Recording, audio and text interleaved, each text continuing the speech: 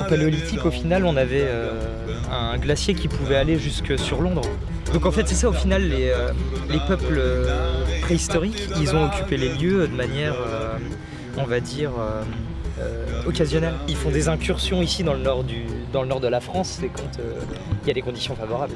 Et les conditions favorables sont pas souvent là. Oui, voilà, c'est d'autant plus pour ça. Des... Voilà, on a moins de sites, et après, généralement, ça enfouit sous des épaisseurs de 4 à 5 mètres de sédiments de type leu.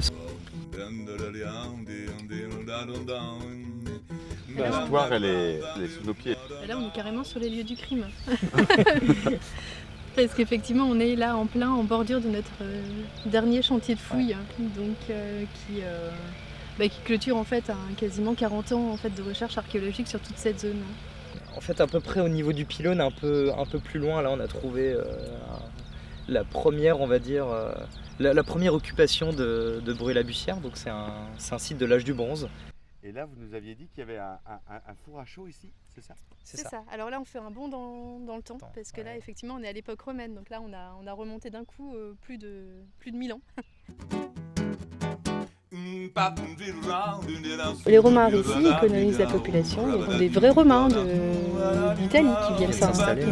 Ça, on en a les preuves. On est proche d'une grande voie romaine.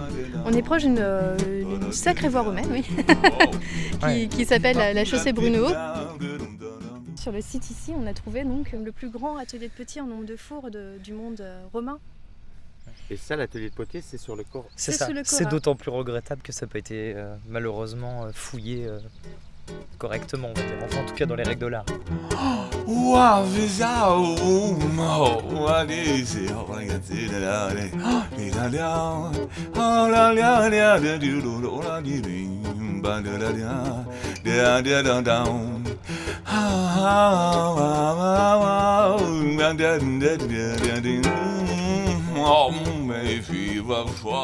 Et avec ça, on s'ajoute tous les nécropoles qui ont été trouvées dans le secteur aussi. On va dire les 10 dernières années sur le secteur. Donc en gros, ça va s'étendre en fait de l'électrodépôt, ça va redescendre toute la colline sous Bricot-Dépôt, puis sur là-bas Babou, les restaurants, et ça va venir en face, à côté du Lidl. La richesse, elle est vraiment sous nos pieds du coup. C'était l'argile à cette époque-là, après la chaux. Effectivement, la richesse est sous nos pieds ici.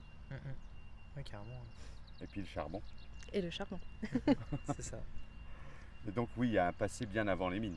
On est un territoire de frontières, il y a énormément de passages de population. De tout temps, c'est une zone stratégique. Et voilà, c'est une zone stratégique. Ouais, t'as raison. C'est une zone stratégique et du coup de migration. Et de migration. Ah bah oui, tout ça. En même